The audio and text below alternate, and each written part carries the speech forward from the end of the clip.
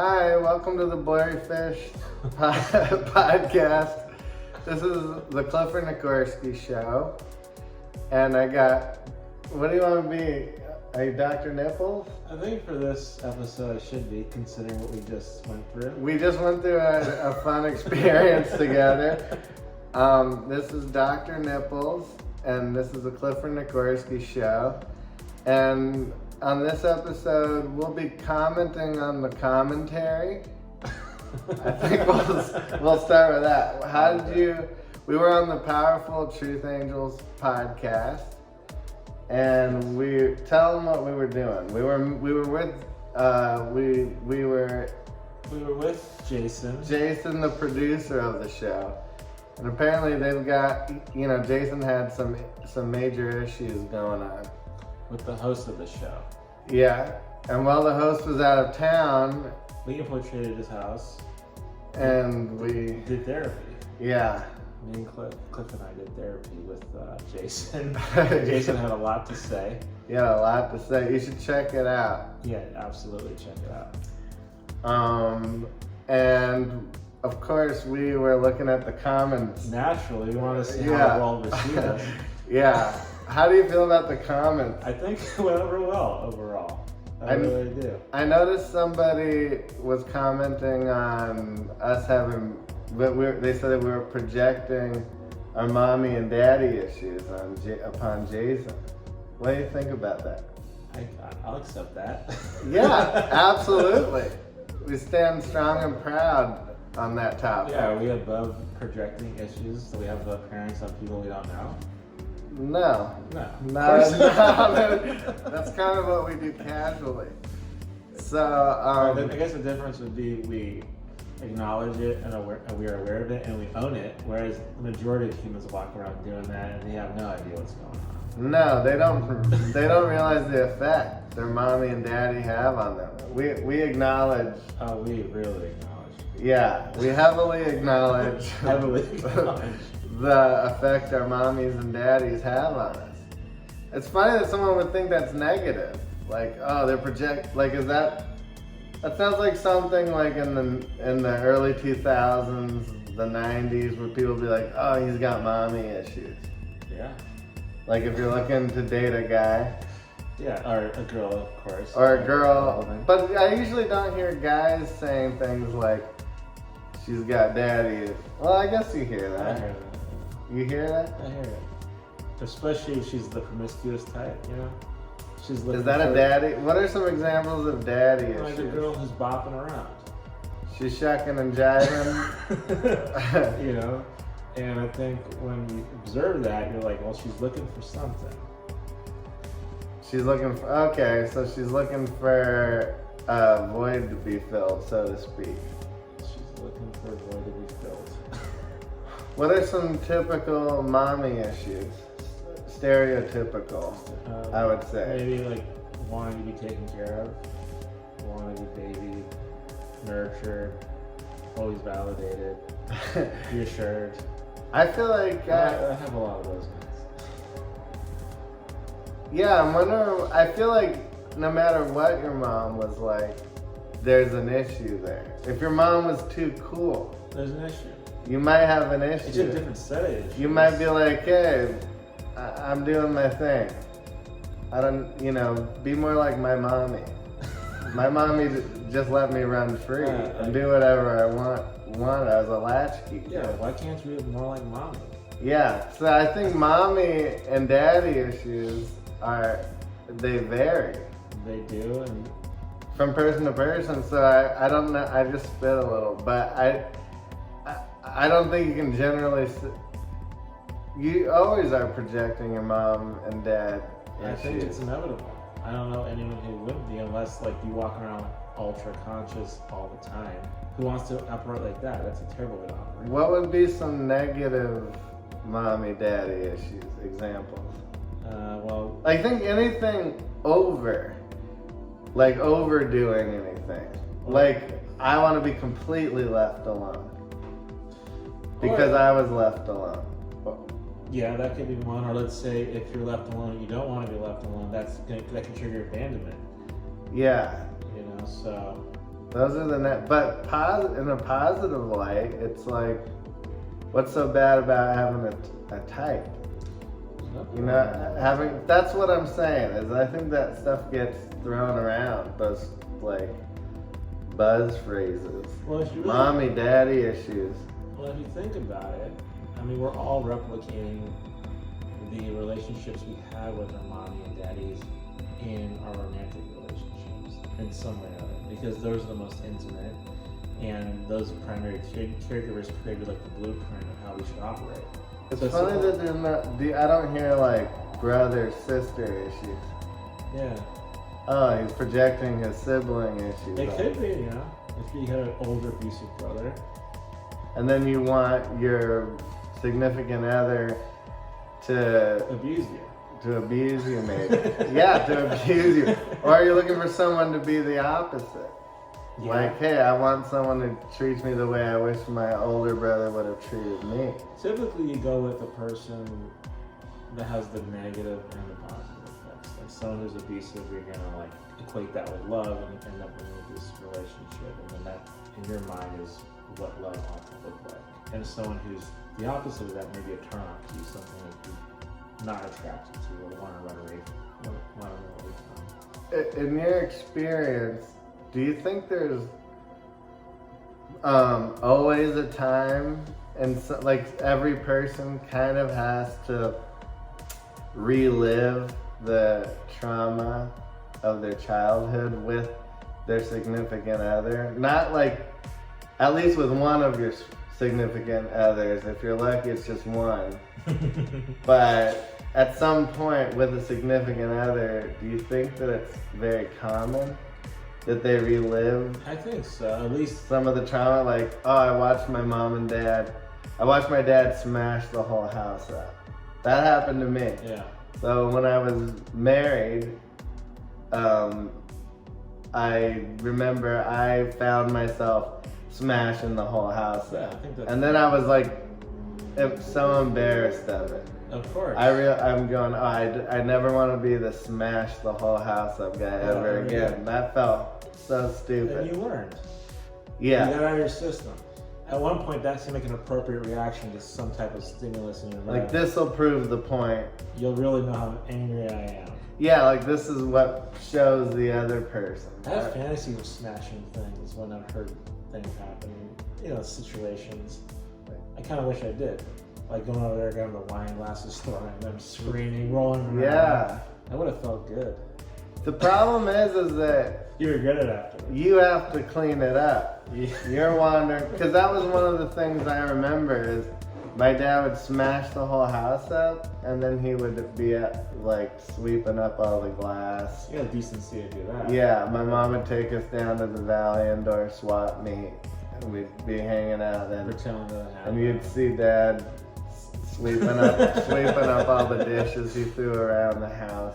See, at least my dad would punch holes in drywall, but he wasn't handy at all. So you just walk in the room like, well, there's that hole again. It's always there. And then when it does get repaired, it's really poorly done. So for the 20 years, there's that poorly patched hole. If he was smart, he'd hit higher and then just put a picture frame over it. You're right. He hit love. So then, yeah, that was hard to cover. It's hard to cover. Yeah. Well, do you feel that you've ever kind of reenacted scenes from your childhood with a significant other? Absolutely. There's been times where I need a lot of reassurance from my significant other, in the way that I needed maybe the way a child may need reassurance from a mommy about certain things, that they're loved, that they're cared for. Of course, I didn't ask for that directly, but in indirect ways. Like I would need a lot of validation and reassurance that we were okay, that I was loved, that things were okay, because I just didn't feel safe with that particular person. I wonder if because I go through my days and I feel very unsettled all day. Any moment, something horrifying is gonna happen. Yeah, that could be a childhood response. Yeah, because I guess when you're a kid, you don't know the storms brewing. You're just kind of playing in your room, doing your thing, and all of a sudden you hear screaming in the other room. I could relate to that. An outburst of violence just happening. So I think for me, I walk around like, any moment, it's like something horrible, something horrible could happen. Plus, you know, my dad, I think I don't know where he picked it up from, but he was a police officer, and so he would you'd be sitting there watching TV, and then all of a sudden you'd hear the helicopter, like the police helicopter, and then he'd have the scanner out. Oh, okay, what's going on out there? And the whole house would be running out into the yard. Yeah. Oh man, it sounds like they got a guy, and I remember it was very it got the adrenaline going. It was like, oh, is everything okay? What's happening? Yeah, the chaos wasn't only in your world; it was the world outside of you too. I didn't have a scanner. Yeah, that brought in the horizon of terror. Yeah, every time a siren goes off, you're like, oh my God, is that coming for someone in the neighborhood? Did something horrible just happen? You knew too much too young about what was happening in the neighborhood. And we would have, after the '93 earthquake, the Northridge earthquake, my dad would do drills. And I'm not saying this is bad, like my dad's bad for doing this. I'm just saying that affected me heavily. And now it would be the middle of the night and he'd be like, okay, everybody, let's go. And we'd all wake up and all go running out, see how fast we can get out of the house. It was drills in the middle of the night. So I'm always ready for something. You're alert. You can't just relax in the body in your world. And the Son of Sam killing, that was LA, right? That was New York. No, what were the ones in LA? That was the Zodiac? Richard Ramirez, yeah. And that happened in the early 80s. Yeah, he came to the valley and killed someone in Northridge. And what years again? Yeah, in the 80s. Because my dad became an officer right in the 80s, right after I was born in 81. So he would I remember when I was watching the documentary, he was in the background a bunch of times. Oh wow. And then I started piecing it together that he would always do creepy things. My dad was like a prankster, but I don't think he realized it was terrifying to me. But he would jokingly be peering in the window, and he's the Night Stalker. Everyone was worried this guy is gonna kill, come into your neighborhood, and it's happening blocks away. And so he's looking in the window like a creep, and I'd be see the face in the window and get really scared. Yeah. And to this day, I'm on high alert. You can't just relax in your body and be in the world. There's always something that's gonna happen. The other shoe is gonna drop. Yeah. I think I had a little bit of that too in regards to the type of women I'm attracted to. I'm attracted to women who are very loving and sexual and all-encompassing, but then they could shift immediately And then get chaos. Okay. And that's the complete opposite. From great comfort to utter chaos. Yeah, just like my mom was. So affectionate, so loving. Because I've seen your mom. I think I may have seen both sides of your mom. I probably. Because I've seen how much she loves you. And then Shawnee, she loves you. Oh, she does. She thinks you're the greatest thing in the world. Yeah, absolutely. Yeah, and she's really funny too, by the way. But remember that when your dad asked if I was vegan, and she vehemently said that's an impossibility. No, yeah, she was like, oh no, what? I could see him at Carl's Jr. with the cheeseburger and the juices dripping. She was very graphic with her. But it was really funny. I had to laugh. The other day, my maid was here. Or is that not politically correct? My housekeeper was here, and what does maid imply? Maid? I don't know. It's As a female. Direct. I'm gonna just assume it is. Okay. Yeah. Okay. So the housekeeper. Housekeeper. Cleaning lady. Cleaning person. Cleaning person. Lady, yeah. But it is a lady. CP. Cleaning person. It is a lady. It is a lady. And what's her ethnicity? Hispanic. Yeah. So. I'll Salvadorian. so she comes. She's here. My mom's here, and the cleaning lady shows up. And the cleaning lady compliments my mom, letting her know how good she looks now she lost weight. And my mom retorts with an insult, saying how she gained weight. Like, can you believe that? God. What? That's very funny. It was, but I was like mortified. I was like, yeah, like, you would actually say you're insane. Like, because she knows, yeah, there's no like barrier, like language barrier. Like, she knows you just insulted me, even though I just complimented you. Apparently, like, she went to a mutual friend's house to clean it. Was like, really she was upset. talking about it? Yeah. I mean, she took it well at the time. Well, I mean, what are you gonna do?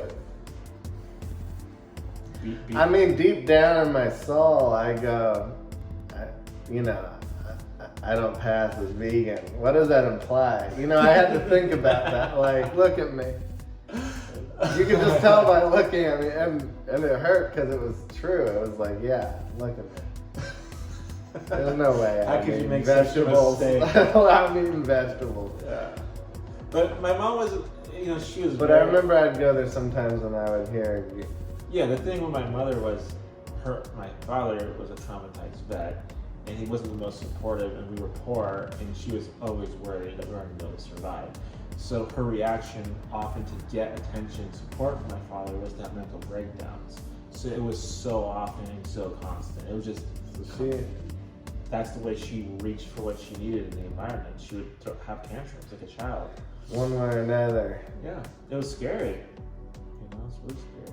So I think that's where my whole thing comes. But that brings us to a new topic.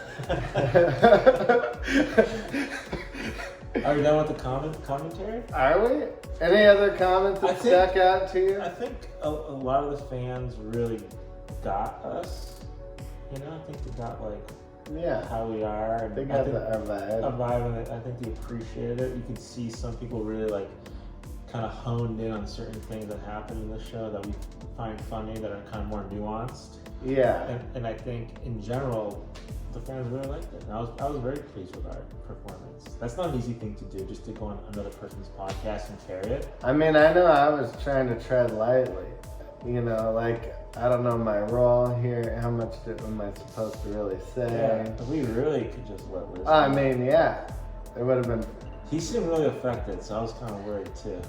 Yeah, there was some lip movement. It was like a little twitch. Yeah, some little pinching lips. I was pleased with the whole thing. Me too. I hope we get to go back. We'll see. I'd love to go back. That'd be really fun. But I don't think they need me there. But. No, we come as a package deal now. I've decided. Package deal. Yeah, Dr. Nipples is showing up. For that you gotta have the friend. And there's a good reason for that. Because as a therapist, my job is to validate the client. And I can't always say what I feel.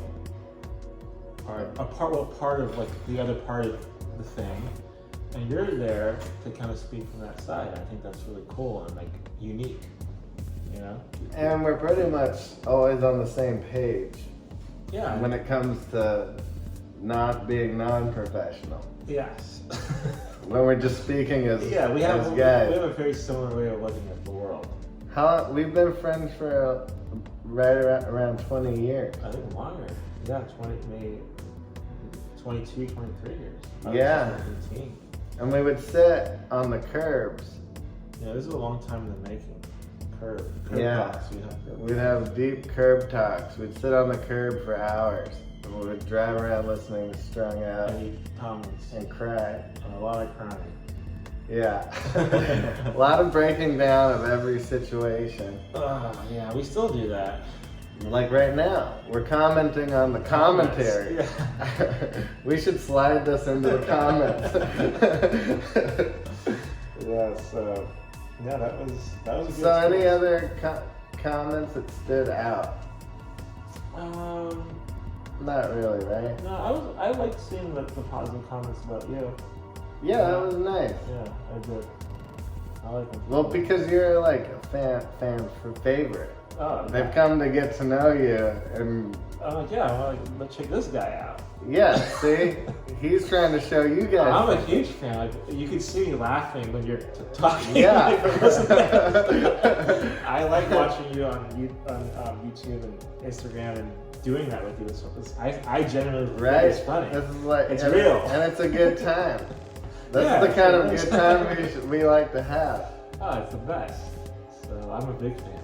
What's that place where Billy Howardell from Perfect Circle? Erewhon. I see him a lot. Yeah. He's a little isolated. He's eating his broccoli. He's got the little headphones. He's like a little salamander feeding off the vegetation. Salamander, yeah. He's a strange Yeah, well, thank you for introducing me to that place. Oh, that's a good place. See, when I'm with Sean, we go out and people, they think that I'm like really rich because I dress bummy. I dress really bummy, and then I go with Sean to really fancy places. We get out of the nice car. Like, who's this billionaire? Yeah, they're like, wow, we must have something going on. Wow, I wonder what he does. Yeah, we got eyes on us. Yeah, I think that's what happens. Yeah. If you're in really fancy places. Well, because I would hang out with, like, around Stevie Wonder, and I'd just be thrown in the mix. Because my other good friend was Stevie Wonder's nephew. So I'd be in these nice places, and then they'd look at me and be like, well, he must be someone very interesting. We're walking to Erewhon. They're like, yeah, we go in there, and it's, it's like, wow. I wonder what they're up to. Getting that Korean short rib, coconut milk. That was good. Yeah, that was really good. That milk. We bought Jason some kale, but we decided he wasn't going to eat it, so we ate it instead. And we were right. Because I remember we were leaving, and I was like, we ate all the spicy, non-spicy combo kale. And Sean was like, yeah, it's all right. And I'm like, yeah, he probably. Well, what happened? I think you were like, he probably doesn't eat. Yeah, I don't know. We just went down the whole list of the things we think he eats. Yeah, like, yeah, he probably eats bagel bites. And we were right on. Yeah, it was true. There was a comment about that, actually. Yeah. About us busting his balls about it. So, yeah. Where is it? I almost feel like it was just identifying. It was a correct observation. Okay, I have a quick question before we go in. I have a few things I want to run by you. Okay. This is me in public. Public restroom. At the Northridge Mall. I'm trying to envision it. Okay, I'm in the bathroom at the Northridge Mall. I don't usually do the number 2 at out in the world. So I'm in there, and I notoriously have issues with people in the public restroom. Like if a guy comes in and he's on his cell phone talking loudly, I go, what makes you think that we're gonna respect your loud phone conversation? Now I'm gonna start making weird noises just to see if this guy gets irritated. Like, hey, I'm trying to talk loudly on my phone here, and you're making noises. Yeah, it's it's in general, but I don't really act on it often. Unless it's like if I'm in the elevator and someone's like, oh yeah, and going on, then I feel the need to start making my own loud noises. Like, who are you? We gotta respect your phone Don't call. take all the sound space up. No. Yeah. So there's stuff like that, but then there's I became irate because I was in the luxury stall, the handicap bathroom.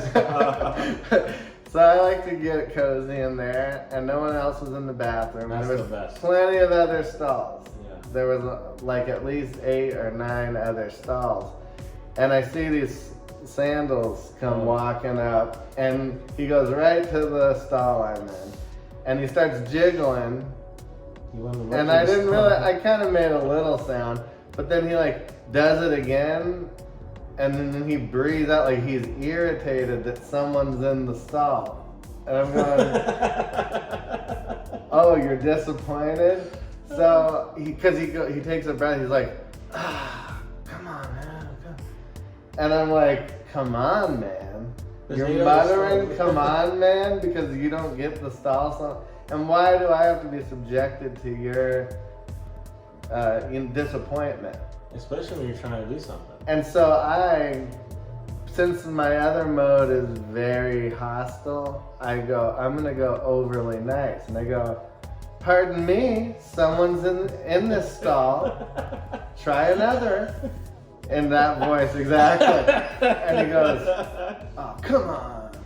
And then feels comfortable using another stall. And I'm going, well, now I'm wrapping up before you're out. What makes you think I don't want to see what's going on in your stall and rattle your door? Try to jiggle it a little Yeah. bit. So I start acting like I need to get into his stall. And he's like, I'm like, I just do what he was doing. So funny. So I'm trying to rattle the door. And then I get my keys because it's not open. So I get my keys out and I go, and I start moving my keys, and there's no key to the stall. Anyways, but I get my keys out like I'm doing something, and he goes, oh, someone's in here. And then so I then act really upset, like, oh, god damn it, shit. And so I was, yeah. But that's unreasonable That's behavior? so funny. I love that. I think it takes a lot of balls. I want to be more like that in the world. Yeah, like, I don't think there's anything wrong. I mean, so funny. Because if that guy, because he was clearly upset that I was doing that, but he had no problem doing it. Yeah, to you. To me. That's hilarious, man. So is that reasonable? Good for you. Is that just a good time? I think what I try to do, and what maybe you try to do, I think we're trying to create novelty in the mundane.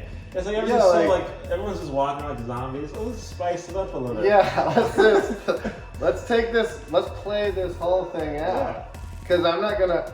He doesn't expect that to happen. No, because I think that people go throughout their day and they tear up the social contract. Yeah. When they feel like it, and then they want the contract back again when they're done. Yeah, when they're done breaking it.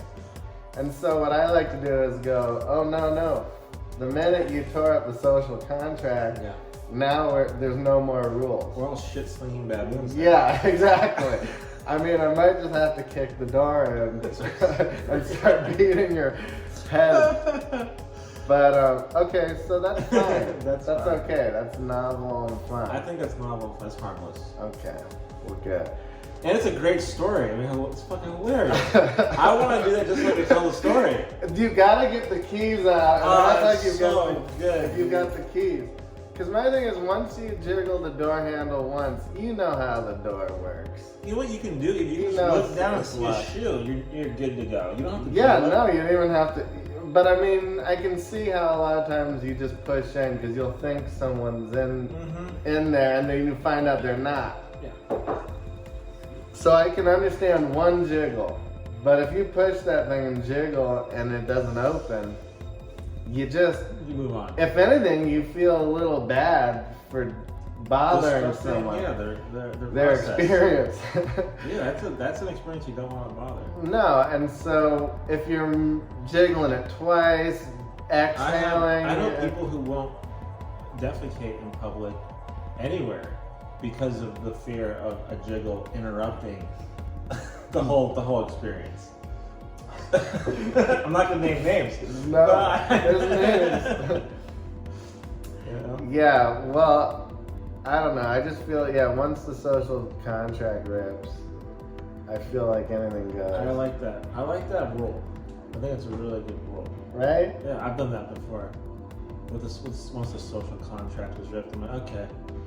Well, all decency goes out the window. It goes out the window. Yeah, I tried.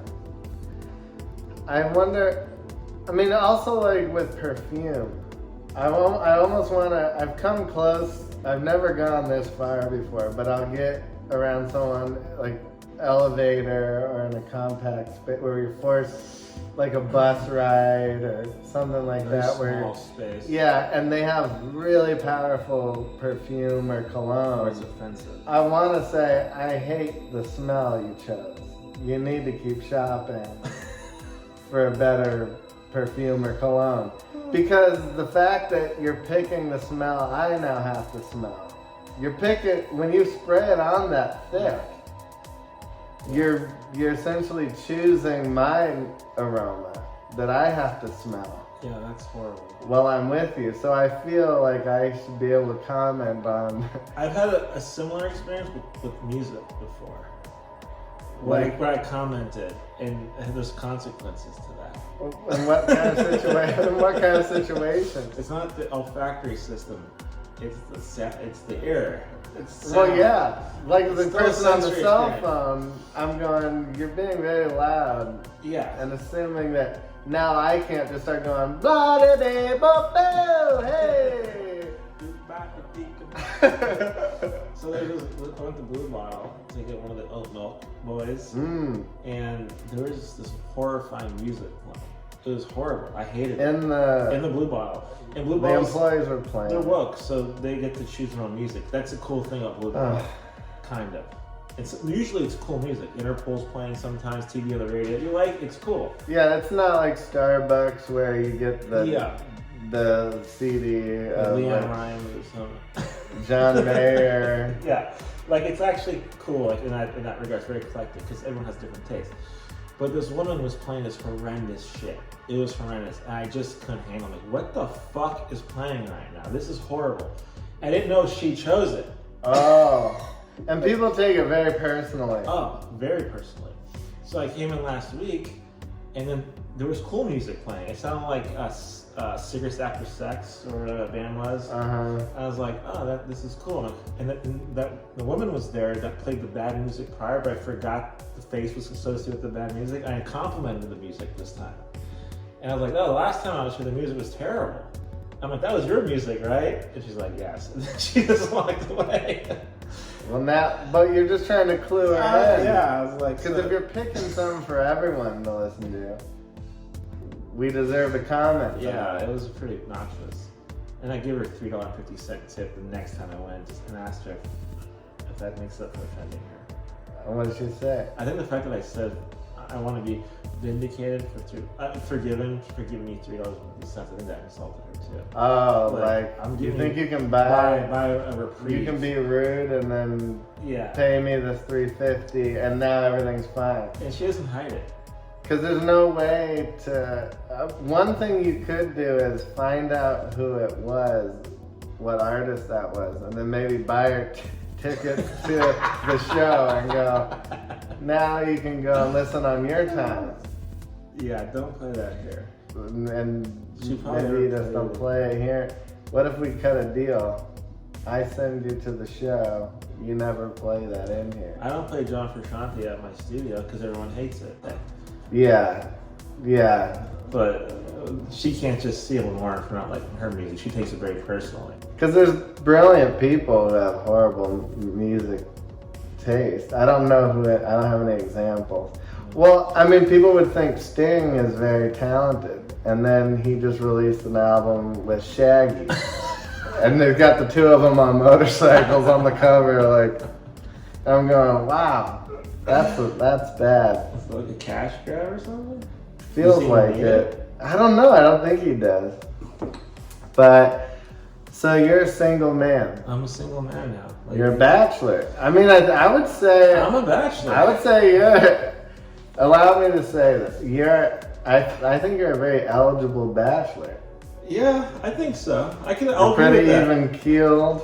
I'm a cool guy. You guys are interesting, I think. You got some bucks, some shekels. Yeah, you don't have to be cheap. No, I can do things. You can do what you'd go like. on vacation or buy things. Yeah. Within reason. You could take them to the store and buy them like something nice for their birthday. Yeah. You know, like, hey, do you want some sunglasses? Well, let's get you some sunglasses. Yeah, like I can say that's a big deal. Yeah, it's nice. I once bought someone sunglasses, and I told her there was a cap of like $400 or something, and there were $350, and she wanted the remainder of the money. Wow. So I'm not dating anyone like that anymore. So somebody, can you imagine this? That somebody says, I'm gonna buy you sunglasses. This is the budget I'm working with. 400 is the cap. Yeah, I don't want you can spend up to $400. some nice stuff for 400. and then they only spend $350 and go, I'll take the rest cash. Exactly. That's insane. I've dealt with some insane people. That is all right, but we're talking about and you know you're a sensitive guy. Yeah, you're easy to talk to. Yeah. And even at your worst, from what I've heard, from what we've discussed, you've never been like hot-tempered. I've had Like maybe peppered into life in general. There's been some rage moments when pushed to a certain level, but yeah, never. But in general, no, I'm not. No. So these are things that you have to offer. What do you look for in a young lady? Say there's a lady out there and she's going, now I love that Dr. Nipples. I would like to give me a slice of that Dr. Nipples. Oh well. What are you looking for? What are some of the things that you look for? Okay, so you break them down. If you break it down to 5 categories, okay, we got. I'm gonna break it down to 5 categories. That sounds like a lot of. Okay, well, I haven't had to think about these things in a while. Like, okay, physical is gonna be one. Okay, that's a category. Yeah, and then social, like what their social life is like, right? Then intellectual, emotional, and then maybe spiritual. Are they getting along with people? Yeah. How do they just feel during their day? Yeah, like what's their day-to-day life like? What's their work like? You know, those are all important factors, I think. Emotional intelligence, are they healthy? Well, if I'm a lady and I'm sitting at home, I'm gonna go right off the bat. I'm gonna go, what do I look like? Am I his type? Okay, I have certain preferences. I feel like I know these preferences, but I need to put it out there. I like natural women. That means natural. I like body hair. I'm okay with armpit hair, and I could take it or leave it. Like that's fine, but I prefer. Well, there's some people who are like, I don't want to see armed hair. Like at no point, there's just no hair allowed. I'm the opposite. I like pubic hair. That's definitely like an adult. You like them to look like an adult woman. Yeah, you going out with a 37-year-old and she lasered it and she looks like a prepubescent child. Like, which just seems like it could be a little creepy. I think so. And it's like, unfortunately, they're adhering to like an arbitrary beauty standard of what they think men like. Because what a weird thing. Put lasers to your vagina to rip out hair. I wonder if, because in my mind, in my simple male brain, I think about feminists and I go, is that something that women would come up with on their own? Hey, remove every strand of hair out from your neck down. You gotta be bald. It seems like something that men pushed upon women. I think porn is a big contributing factor to that.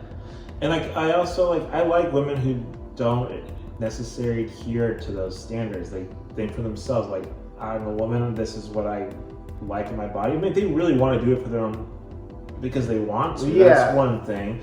But if they're doing it because they're motivated by like some aesthetic pressure, social pressure. Like, what do you mean a guy like me who actually likes it? I've met a lot of men who like it. They're in the dark. I'm open about it. Is there such thing as too much bush? I don't think so. I preferred if they never touched it, but I could see maybe it getting too long and may need a trim or two. A trim. So in length, as far as but I like just in terms of like the surface area.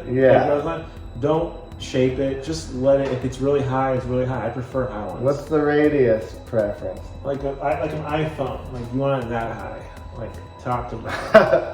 That's a good one. Now, what's happening at the bottom? Just so we have, is this butt crack?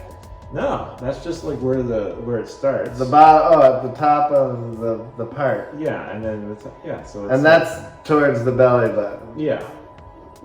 There you go. You still might have a little bit of space. Look at that. Put it over the white shirt so they can see the radius. Yeah, you want it to be from the top to bottom. That's a big one.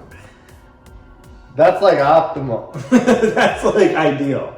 You know? But it doesn't have to be. No, it could be like half a phone. You know. There you go. That's within reason. Yeah, but if it goes that high, it goes that high. And I think then you'd be very. It can go wide too. So are you thinking like a square phone? I mean, ideally It would go that wide and then take it and down, but this high. that high. Yeah, that'd be like the perfect one. You taking It notes? exists. It exists out there. Oh, it exists. We've done a lot of research and development. Yeah. We've seen some things. All right. You like them funny? I like them funny. Sense of humor is really important, I think. Absolutely. No duds. No duds. Emotional intelligence is important too. Someone who could really own their experience and know where it's coming from and maybe doesn't react so. You would you don't want to stick in the mud. No, I like a woman who could actually stand up for herself, who has a voice. You know, I don't want someone you can just walk all over. You want someone. Because where you want you like the motherly comfort. You would like to hear from this person, like have them let you know if you're getting a little. I need to be like, if you're getting a little too wacky, they need to be able to be like, okay. Yeah. But you, on a scale from 1 to 10, how much chaos? Like wacky behavior. Well, in the past, I would be with people where I had a very strong sexual relationship with, and the relationship outside of that context was absolutely unsustainable, and all it was chaos. And then we would merge and then have amazing sexual connection. We'd feel close, and then it would blow up, and that's the dynamic. That's not something I can do anymore. So if I have to compromise some of the sexual aspect in terms of like the connection, but it's still good, and the connection outside the sex is good, I'll settle for that, Within reason. Within reason. Yeah, I don't want to like compromise the sex, but if I can't just have a great sexual relationship and not have anything outside of it. At this age, I'm 4 years old. Yeah. It has to be a balance. Yeah. Hopefully. Because there was a time when the more chaotic, the better. Somersaults, head smashing, thermos being broke, insults, crazy shit being said. Breaking things. I'm not breaking it. Damaging your personal belongings.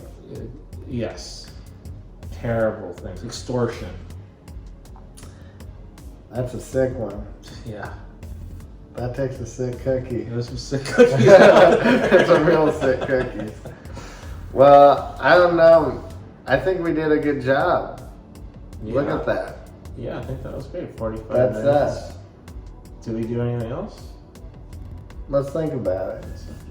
Do I have the juice? Yeah, a little juice. I got it for you. Yeah, I get a little sloppy with the juices. But I think we did a good job. Like, what else can we discuss? Yeah. So, we're gonna say goodbye. Yeah, that was fun. Yeah. I liked it. This was a lot of fun. Look how cool this place is behind me.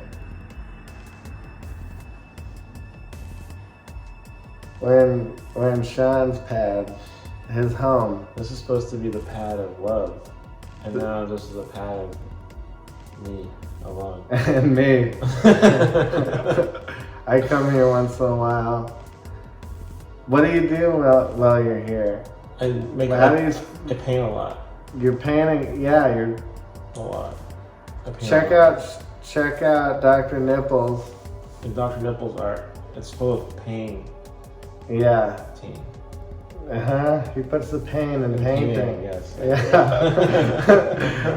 So, go check out our appearance on the Powerful Truth Angels podcast. Yeah, let us know what you think. Dr. Nipples has been on many times. Many times. And that was my first time. I hope we're back on again soon. I hope so too. I have a feeling we're gonna be. I hope so. There's a lot of great feedback. 4,000. There's a lot of feedback. A lot of feedback. A lot of views. A lot of comments. A lot of comments. A lot of comments. Positive comments. We like positive comments. So Getting filled up with validation. feel free to leave positive comments here. Because one negative one would destroy our whole lives. If you leave a negative comment, we're gonna be crushed. And then we're gonna do another one of these to talk about these comments. And then we'll all be stuck in a loop. I don't think we got any real negative ones. I didn't see any. No. The mommy and daddy issue projecting thing was the closest thing to negative. And that was to me was a compliment. Yeah, one could argue you're projecting your mommy and daddy issues onto us. Yeah, because you're having a very negative experience with your mommy and daddy issues, and for us, it's casual. Am I the It's mommy or fine. you the mommy? Who's the daddy and who's the daddy? Who's the daddy?